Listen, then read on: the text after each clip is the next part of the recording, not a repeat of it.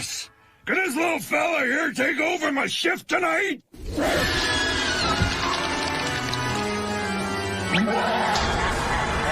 Nosferatu?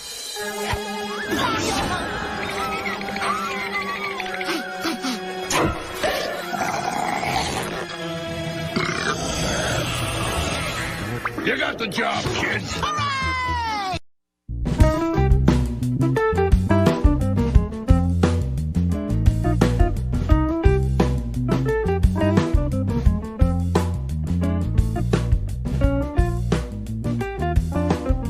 Hi, everybody. I'm Dan. And I'm Mike. So welcome to 15-Minute Film Fanatics. You know how this works. Mike and I watch films separately, and then we talk about them on the show for the first time. Before we start, though, I want to give a big shout-out to Ryan Udawilligan. He is an author who wrote a great book called Killing John Wayne, and it's all about the making of The Conqueror. Have you ever seen The Conqueror, Mike? I have seen clips of The Conqueror, Yeah, so on I know YouTube. what you're talking about. Yeah, this is a movie where John Wayne plays Genghis Khan, and it's the worst movie ever made. And it's not one of those things where it's like Heaven's Gate that it has its admirers, or like I told you, I watched Cleopatra, and I'm like, it's actually not as bad as everyone says. I watched it in its entirety. It is bad. Anyway, this book, Killing John Wayne, is all about how the film was shot in the American Southwest on sites of nuclear testing, and about the possible effects of radiation on everyone involved in the movie. And plus, like, Howard Hughes was the producer, and he was going crazy about making sure they had the right colors of sand and everything. It's a great read. If you want to hear my interview with the author, go to the New Books Network. You can find New Books in Film wherever you get podcasts. It's a great book, and it's a lot of fun to listen to him talk about it. So, but this week we're talking about what movie, Mike? Nosferatu, the 1922 film by F.W. Murnau, sorry, which is now 100 years old. It's 100 years old, Mike. It's maybe our oldest movie. it's wonderful, and I remember even having a restored edition on DVD in the early 2000s that my parents got for me. But I have to say that the version that I was able to watch, like, streaming on YouTube, was just as crisp and clean as that DVD. We've come a long way. The film looks great. It does look great. It's funny because it looks younger. It looks newer than 100 years old in terms of its actual image quality, but it feels older. It's got this great, I don't know if I make it sense here. It's got this great, like you've stumbled upon this hidden document to watch this story. And it's funny, I looked it up 100 years ago. Who was president? Who was president 100 years ago in 1922? Calvin Coolidge. Harding was president, right? We have The Wasteland comes out, right? Ulysses comes out, The Beautiful and the Damned, Babbitt, Seven Pillars of Wisdom by T. Lawrence, who, of course, Lawrence of Arabia, which we've done already. And it's funny, you look at a list of films from 1922, and most of them are forgotten, except, like, there's a film with Douglas Fairbanks and John Barrymore and Valentino. But here's my question I want us to start off with. Why does this film remain? Why does this movie still hit us so hard? Because it's great. Why is that? What do you think that is? So I'm going to touch more about this in my moment, but I think that this film does things filmically that you don't necessarily have to be a horror movie to understand, or a horror movie buff. If you talk about horror movies and you talk about the horror movie, this probably is it, truly. But I think that there's things done with perspective, with length, with characterization that all perfect movies do. I mean, my formula is this is in and out in 90 minutes. Every scene is expressive. Scenes start late and end early. It's a beautiful film. There's that Mamet-esque quality to the structure of scenes. I like everything about this movie, down to the font that they chose for the intertitles and how many acts there are. Yes, 5 acts. There's nothing wrong with this movie, and I think that's really why it remains. Sometimes when you watch black and white film, or let's say early silent film, what you expect to see is something clumsily made, and this is lovingly made. And I think not only that, obviously the idea of the vampire, Bram Stoker source material, the expressive gestures in this movie, they all get to something deep down in the human psyche. And so there's something elemental about what drives this movie, which is I think why it remains. And then, like I'm saying, structurally, I think it informs the structure of a lot of later film, even not just horror films. Yeah, when he's on the ship and he's coming back, and you get cut in with the scenes of Ellen, wandering around, and you see what's going on with Knock.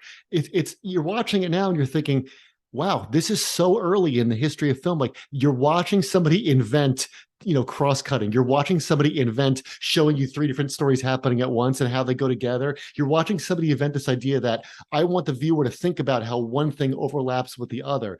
And also what you said is true about how it's a movie. Like when you start to get into the talkies of the 30s, so many of them are like filmed plays where you have a lot of people in a room and it's almost like the camera. It's like you got a good seat at a Broadway theater. This is really a movie. You never feel like it's theatrical. You always feel like it's a film. Yeah, and especially when you watch or you study film and you learn about Montage, the name that everybody says is Sergei Eisenstein, Right. and they always show this famous clip from Battleship Potemkin as exactly what we talk about all the time, which is how do you take very complicated material and break it down such that somebody that doesn't understand what's happening filmically can just follow it. And I think that that's F.W. Murnau's great art, is to take a complex elemental storyline or archetypal storyline, but break it down into something that you can just watch without even necessarily knowing what's going on. You don't have to be able to read those intertitles in whatever language you read, and I think you can still follow the story.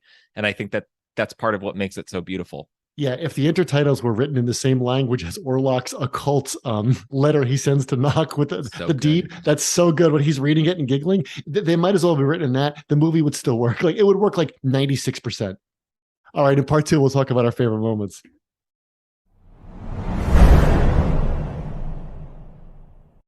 Welcome back. So, of course, in part 2, we talk about key moments or our big scenes. Dan, why don't you start us off?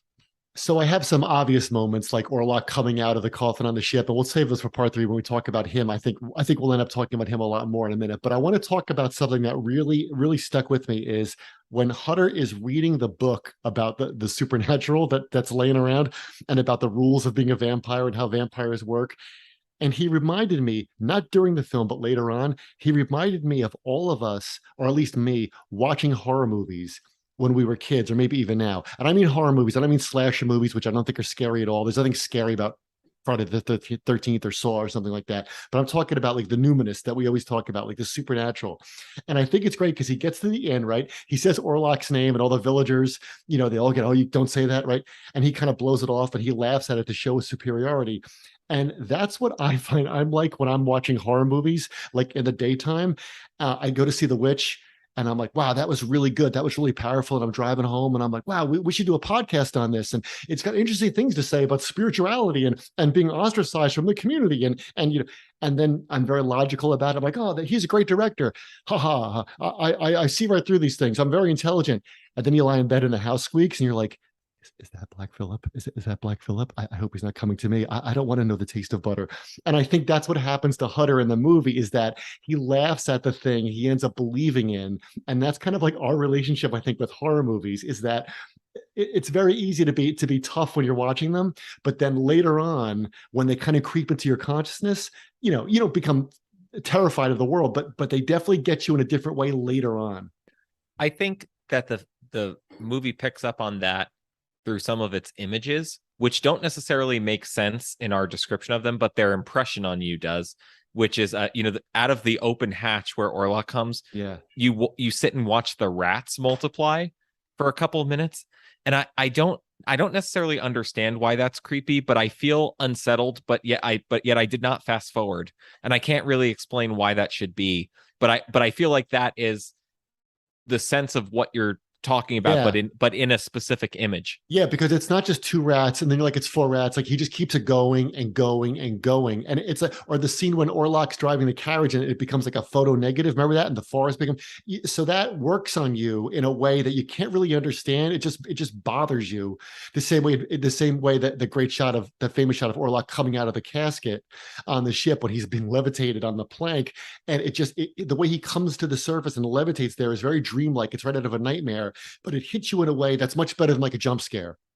Yeah, and I think that the lack of special effects, it plays into that archetypal quality because it reminds you of a dream, right? You don't have special effects in your dream. Hollywood invents special effects to make it look realistic, but of course we don't see images like that with our eyeballs.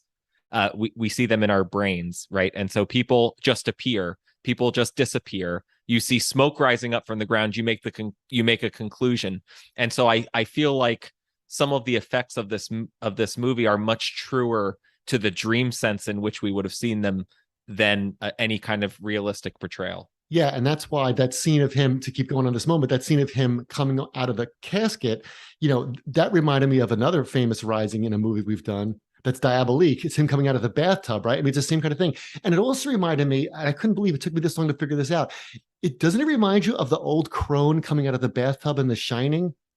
Remember when he goes into the, and she's coming out, and you don't know what's lifting her out of the bathtub. It's just this terrible nightmare of her keeping, and then she's out chasing Jack Nicholson around. But there's those repeated shots of her coming out of the bathtub, and you don't know who's holding her, and she's coming out of the water. And it's got that same kind of thing as in a nightmare, where your nightmare doesn't have to have great CGI. It just has to hit you in the stomach and bother you. And that's why I think those images in this movie are so good. Yeah, in a nightmare, it's not necessarily that about exactly what the thing is that's happening. It's about that there's a thing happening and it's totally inevitable, right? You never know why you're being chased. You just know that you are. You don't know what she's standing up for. You just know that she is. Right. And I think that there's something about that dream sense which I think has helped the movie endure. Yeah, that's why when they say the werewolf is out and then he sees the hyena, I guess it looks like a half zebra hyena, dingo dog, but whatever it is, you look at it and I'm like, I don't want to look at that thing anymore. Like it's bothering me, and you can't really put your finger on it. It's so much better than, imagine if he did have the money to make a snarling werewolf, like if it was John Landis doing it and he got to do the whole thing with American Werewolf in London. It's so much creepier this way because you're like, what is that animal? And it's disturbing, and all the horses are afraid, so now I'm afraid too. So what was your moment? I will say Max Schreck makes Andy Serkis look like a birthday clown. So what was your moment? My moment is when Knock is in the institution and he leans up against the bars and he says, the master's coming. And then you get the perspective shot, which is of the river, which is where he's watching. And I don't necessarily know if there's been a perspective shot in the entire film up until that moment. And I don't necessarily know that there's another one. I'm not going to say it's the first one in cinema because it's probably not, but it's the earliest good example that I can think of in my brain where you see a character's face and then you see what they're looking at, and so you're looking as them, right? Because it's supposed to be this horrific moment for you that the ship is slowly sailing in, but because you've taken on Knock's perspective, it's altered somehow and you're complicit. And I just like that so much. It's one of the things where, again, it doesn't necessarily have to be a horror movie like like him rising up out of the coffin. It's just one of the first times somebody put together movie 101. And so how can you get away from such a brilliant effect? And you don't have to be a film scholar to understand what's going on either, right? There's just a very simple algebra where you understand face plus thing looked at equals perspective. Right. And it works on you no matter what language you watch a movie in. Which happens now, which on cartoons. I mean, it's become such of the way that these stories are told, and that's what's so great about watching Nosferatu is like you're almost watching somebody invent a language in front of you. You don't have to watch all the trial and error, and it's done so well that, and we take it for granted because it's the way we watch movies and the way we watch stories that you pause for a second. You're like, wow, imagine figuring that out.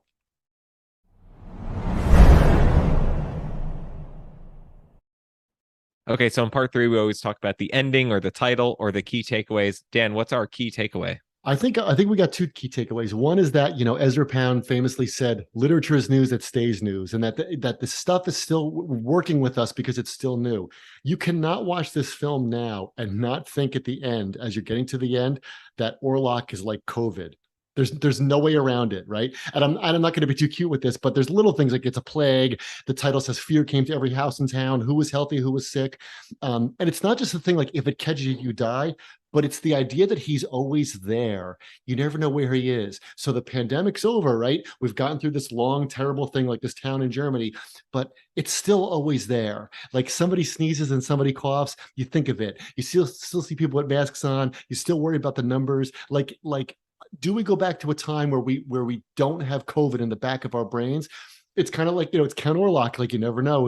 And Count Orlok might be gone now, but he's still going to be there in our subconscious somewhere. I didn't get to say this at any other part in this episode, but my favorite thing is that he buys the house across the street. I'm not sure why that's so good.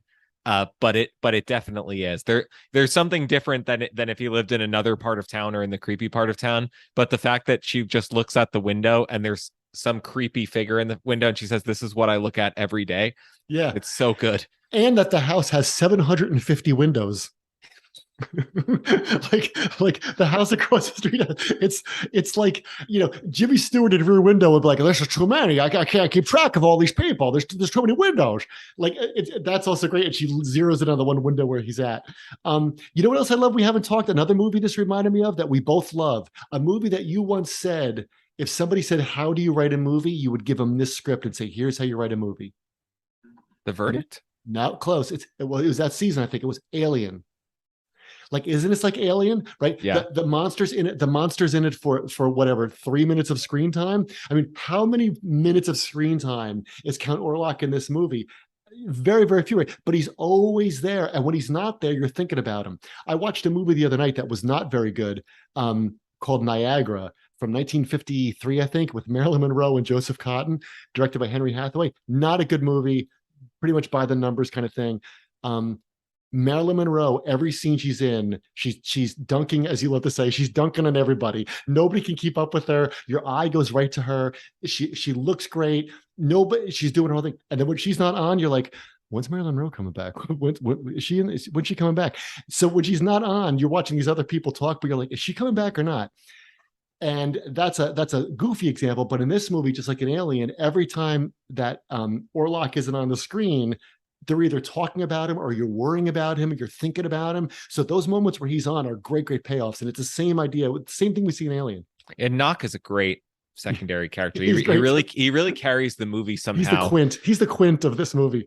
And I think that the movie just gets away from them a little because he's so good that he needs to be part of that secondary ending, that where you have to find out what happens to him, that he says the master is dead and he just sinks down to his death.